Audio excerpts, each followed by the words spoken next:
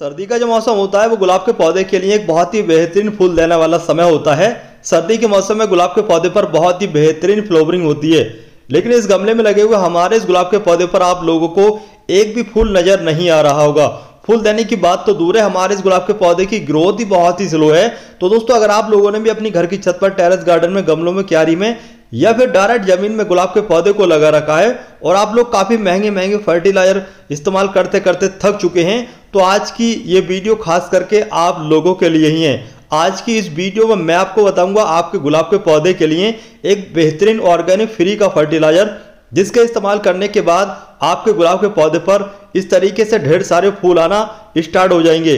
तो अगर आप चाहते हैं कि आपके गुलाब के पौधे पर फ्री का फर्टिलाइजर इस्तेमाल करने के बाद इसी तरीके से ढेर सारे फूल आए, तो आप लोग ये वीडियो कंप्लीट देख लें। इसके अलावा चैनल में पहली बार आए हैं तो हमसे जुड़ने के लिए हमारे चैनल को सब्सक्राइब करने के साथ अगर वीडियो की जानकारी सही लगे तो वीडियो को लाइक करने के साथ अपने दोस्तों या फिर रिश्तेदारों के साथ इस वीडियो को शेयर जरूर कर दें। तो चलिए वीडियो स्टार्ट करते हैं और आप लोगों को बताते हैं कि किस तरीके से गुलाब के पौधे पर फ्री में ढेर सारे फूल लिए जा सकते हैं। हमारे इस गुलाब के पौधे की हालत फूल देने से पहले कुछ इस तरीके की थी। हमारे इस गुलाब के पौधे पर कोई भी बीमारी ने अटैक नहीं किया था, बल्कि हमारा पूरा का पूरा पौधा हरा भरा था।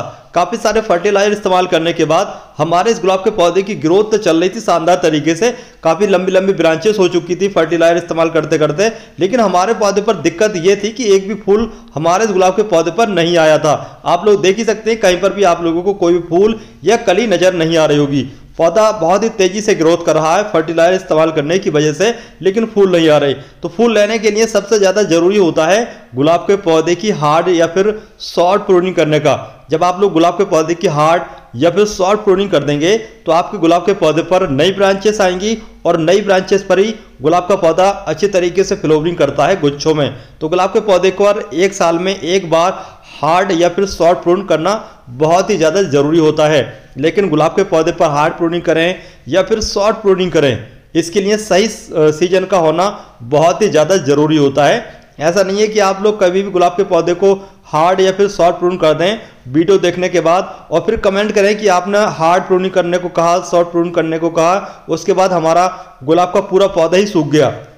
तो गुलाब के पौधे पर हार्ड प्रूनिंग करें या फिर शॉर्ट प्रूनिंग करें, इसके लिए सही सीजन जो होता है वो होता है अक्टूबर से लेकर के फरवरी। इस दौरान आप कभी भी अपने गुलाब के पौधे की हार्ड प्रूनिंग कर सकते हैं, अगर आपका गुलाब का पौधा पुराना है तब। लेकिन अगर 1-2 साल पुराना है तो गुलाब के पौधे पर हार्ड प्रूनिंग बिल्कुल भी नहीं करना चाहिए। तो हमारा जो ये पौधा है ये लगभग 5 साल पुराना पौधा है, इस वजह से हम इस पर हार्ड प्रूनिंग कर रहे हैं। तो जो भी ये एक्स्ट्रा ब्रांचेस हैं, जो लंबी लंबी ब्रांचेस हैं, इन सारी की सारी ब्रांचेस को हम कट कर देंगे और कट करने के बाद इसके अंदर हम फर्टिलाइजर इस्तेमाल करेंगे जो हमने घर पर ही तैयार किया है, जो कि बिल्कुल मुफ्त का है। इसके अलावा गुलाब के पौधे से अच्छी फ्लावरिंग के लिए गुलाब के पौधे को डायरेक्टली आप लोगों को धूप में रखना होगा। अक्टूबर से लेकर के लास्ट अप्रैल के दौरान आपको गुलाब के पौधे को पूरा दिन की धूप वाली जगह पर रखना चाहिए, तभी आपके गुलाब के पौधे की ग्रोथ शानदार चलेगी और ग्रोथ के साथ साथ फ्लावरिंग भी बहुत ही ज़्यादा शानदार चलेगी अच्छा फर्टिलाइजर इस्तेमाल करने के बाद।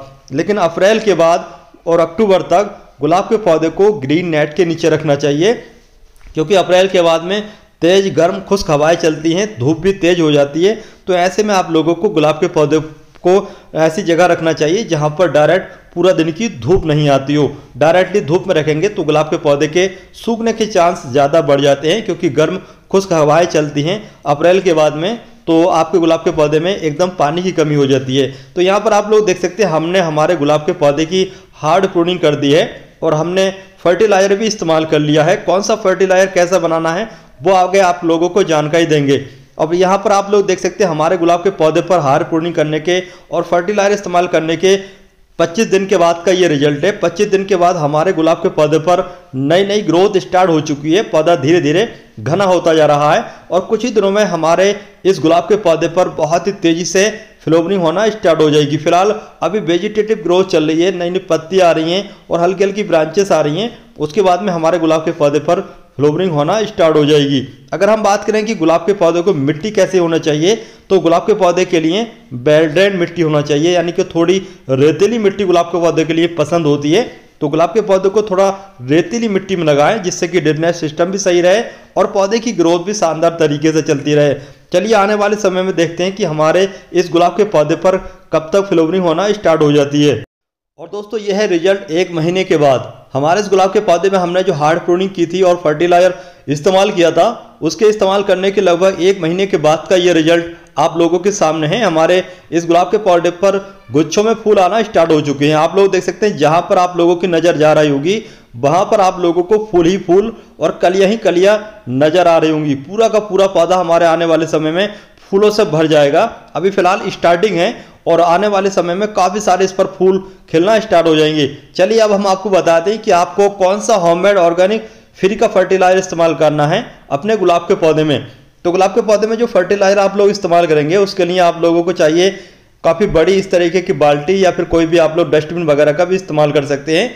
जितना बड़ा आप लोग ये बर्तन लेंगे उतना ही ज़्यादा आप लोगों के पौधे के लिए लिक्विड फर्टिलाइजर बन करके तैयार हो जाएगा। तो इस लिक्विड फर्टिलाइजर को बनाने के लिए आपको कोई भी चीज़ खरीदने की ज़रूरत नहीं है, बल्कि आप लोगों के यहाँ पर जो भी किचन से कचरा निकलता है, फलों के छिलके हों, फूलों के सब्जियों के छिलके हों, या फिर जो भी कचरा निकलता है, तो उस कचरे के द्वारा आप लोग लिक्विड फर्टिलाइजर तैयार कर सकते हैं। लेकिन ध्यान रखें, कोई भी पकी हुई चीज़, आटा, चावल, मांस, मछली का कोई भी वेस्ट आप लोगों को इस्तेमाल नहीं करना है। तो आप लोग देख सकते हैं यहाँ पर ये हमने हमारे किचन से निकलने वाले कचरे को इस्तेमाल कर रहे हैं लिक्विड फर्टिलाइजर बनाने के लिए। इसमें काफ़ी सारी सब्जियों के छिलके आप लोगों को नज़र आ रहे होंगे, फलों के छिलके भी नज़र आ रहे होंगे, लेकिन इसके अंदर आप लोगों को संतरे या फिर मौसम्बी या फिर नींबू के छिलके का इस्तेमाल नहीं करना है। और जहाँ तक कोशिश हो वो केले के छिलकों का ज़्यादा इस्तेमाल करना है।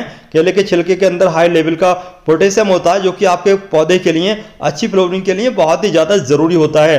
तो देखिए हमने इसमें लगभग 3 से 4 किलो ये जो मटेरियल है, कचरे की जो खाद है, जो सब्जी के छिलके वगैरह, फलों के छिलके हैं, उनको हम इसके अंदर डाल लेते हैं।